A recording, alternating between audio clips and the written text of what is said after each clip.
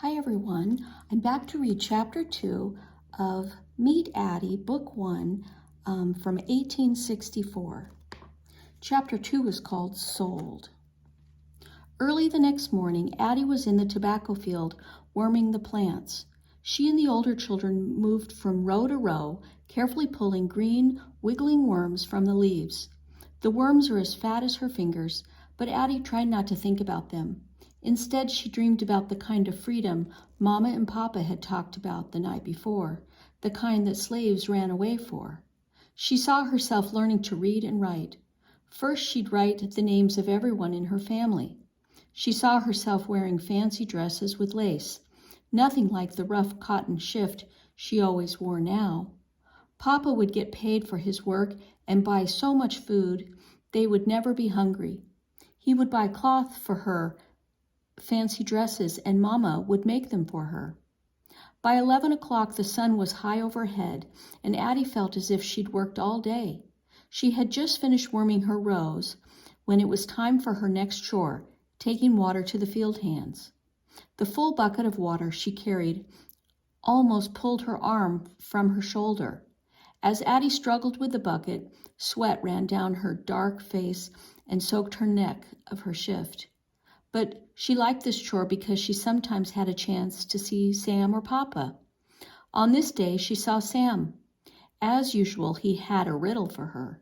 "Riddle me this," said Sam. "What's smaller than a dog, but can put a bear on the run?" Addy thought hard as Sam took the dipper from the bucket and poured some water over his head. From a few rows over, the overseer snarled, "That water's for drinking, boy." Addy saw a scowl come over Sam's face. He mumbled, "Even a horse got to stop and cool off sometime." "I better get on," Addy said, worried that the overseer might come over to them. He carried a whip. "Nah," Sam said, his face softening. He was as tall as Papa, but he was skinny, and when he smiled, Sam still looked like a little boy. "I ain't done drinking yet, and you ain't answered my riddle. What's smaller than a dog, but can put a bear on the run?" he repeated. He took a drink while Addy thought. She looked up to see where the overseer was. He had gone off in another direction. Addy crinkled up her eyebrows and said, "A skunk?" "You right. I don't know about you. You too smart for me, girl." "Pretty soon you gonna be riddling me," Sam said. "Real soon," said Addy, smiling at her brother. Addy wanted to tell Sam what she had heard their parents talking about the night before, but the escape plan was so daring and dangerous, she could not share it with anyone, not even her brother. If her parents had wanted her and Sam to know, they would have told them. So Addy kept the secret inside and moved down the row to give the next field hand a drink. When the bucket was empty, she headed toward the kitchen to help Auntie Lula serve dinner to Master Stevens. The kitchen was a small brick building behind the big house. Addy hurried there, afraid she might be late. Auntie Lula was ready for Addy to work as soon as she stepped into the building. "Wash your hands good," she said, "and take that tray of food and water to the dining room." "Yes, ma'am," Addy answered. She liked Auntie Lula. She was an old woman, old enough to be Addy's grandmother. Her skin was light, and her rusty hair was streaked with gray. She had a soft, open face, but sharp green eyes that could see right through you. Auntie Lula looked after Addy and her family. She gave them medicine when they were sick, and one Christmas she had rock candy for Addy and Sam. The dinner Auntie Lula had cooked for Master Stevens smelled good. Addy ached for a bite to eat. She had had her breakfast of cornmeal mush, and that was all she could have for dinner. Maybe Auntie Lula would hide a few scraps for Addy to eat today. Addy washed and dried her hands and then picked up the tray and hurried to the dining room. Master Stevens was sitting at the table talking with another white man, someone Addy had never seen before. She set the food on the table and then poured water for both men. As they began to eat, she took her place standing quietly in the corner. You got that little girl trained real good, the man said to Master Stevens. She looks like a smart one. I got them all trained real good, said Master Stevens. That's why it's such a shame to let them go. Addie's stomach turned when she heard Master Stevens say those words. Let any of them go, she thought. What he mean, let go? But I have 22 slaves to clothe and feed this winter, Master Stevens went on, and you know how hard it is with the war. I need the money. Addie stared at the floor, but she was listening very closely. She let her face go blank and empty. This boy you got for me, said the man. How can I be sure he won't run on me, too? I know he's run before. I taught him a lesson with the whip last time he ran off, Mr. Stevens answered, and you'll have his father, too. His father can control him. They were talking about selling Sam and Papa.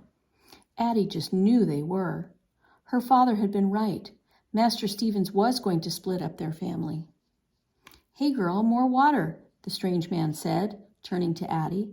Addie hurried to pour him more water. You sure you don't want to part with this one? The man asked Master Stevens, patting Addie on the head. Addie's hand shook. She wanted to pull away from his touch, to scream, but the blank look was frozen on her face. She filled the man's glass and started to pour water for Master Stevens. I'm not looking to sell her, Master Stevens replied. But I know the price for good house servants is going up every day. Maybe when she's a little older, I'll let her go too. By then she might fetch a price as good as her brother. She's just too young now.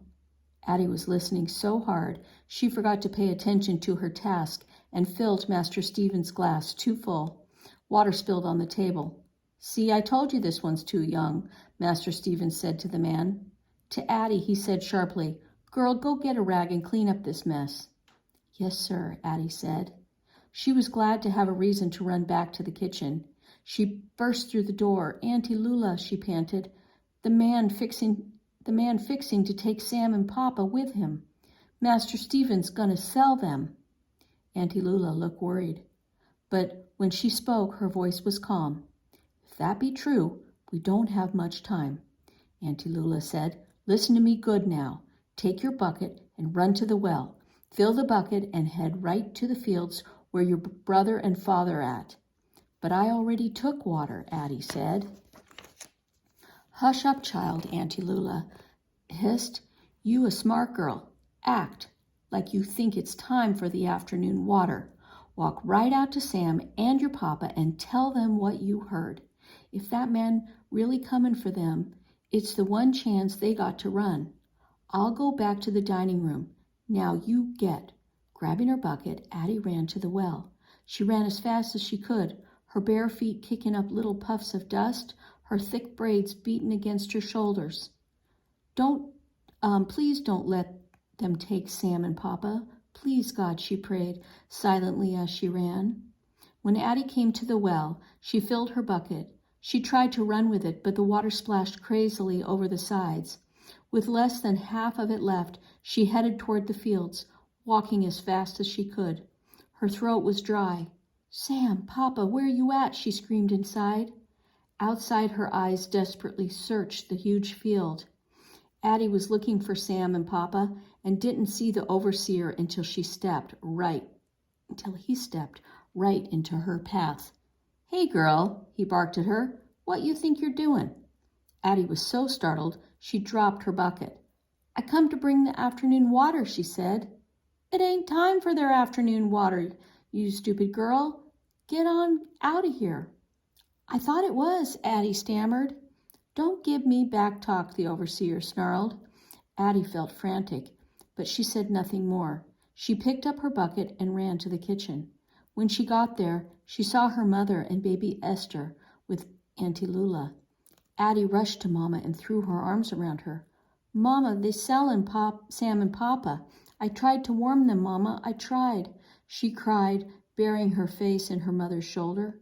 I know you did, her mother said softly. Auntie Lula told me. Master Stevens and that man Headed for the barn, Auntie Lula interrupted. Maybe they got Sam and your papa there. Addie's head jerked up. Maybe there was one last chance. Maybe she could still warn Sam and Papa. Addie raced out the door and headed for the barn. Addie, Mama called after her. Wait. But Addie did not stop. She was not thinking and not praying, not just running. Running. And when she came to the field, she saw a wagon. Sam was in it, bound and gagged, shackled hand and foot. Master Stevens, the man from the dining room, and 2 other white men, as big as Papa, were standing next to the wagon. Sam, Addie cried out when she reached the wagon. Oh, please, Mr. Stevens, Addie begged. Don't let them take Sam. Get out of here, Addie, Master Stevens ordered, and he had a whip in his hand. Addie stopped where she was. Then she heard a deeper voice. Addie, go on now. It was her father's voice. But where was he? She looked down and saw him lying on the ground, being chained by the overseer. Papa's face was covered with dirt, but it was calm. She ran to him, falling on the ground next to him. Oh, Papa, no. She threw her arms around him, and he looked at Addie. Everything's going to be all right, honey. You go on, he said. There were no tears on his face, but Addie knew he was crying inside. Get back, girl, Master Stevens barked. Addie heard his whip crack. She felt a lash of fire on her back, as if she had been burned.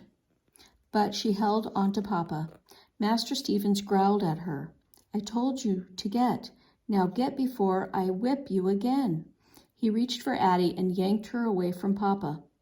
Addie fell backwards into her mother's arms. Mama held Addie close, both of them crying.